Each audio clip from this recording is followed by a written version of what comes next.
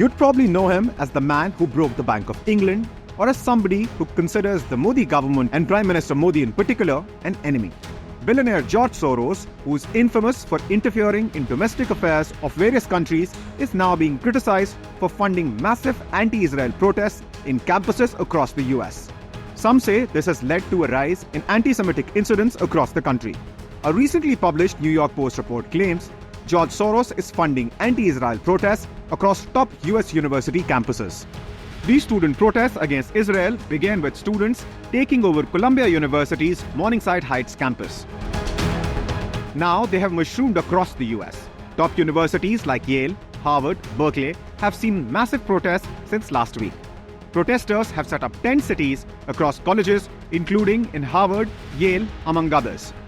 A New York Post report claims that these protesters are funded by a network of nonprofits. The report claims these nonprofits are ultimately funded by Soros and other billionaires. Soros-funded group called the US Campaign for Palestinian Rights, or USCPR, provides up to $7,800 for its community-based fellows. It is also offering between $2,880 to $3,660 for its campus-based fellows in return for spending 8 hours a week organizing campaigns led by Palestinian organizations, according to a New York Post report. The report further claims that this radical group received at least $300,000 from Soros's Open Society foundations since 2017 and also took in $355,000 from the Rockefeller Brothers Fund since 2019. As per the report, the cash from Soros and his associations has been key to the protests in Columbia University. At the Columbia University, 3 groups set up the tent city last Wednesday. These groups are Students for Justice in Palestine, or SJP, Jewish Voice for Peace, or JVP, and Within Our Lifetime, or WOL.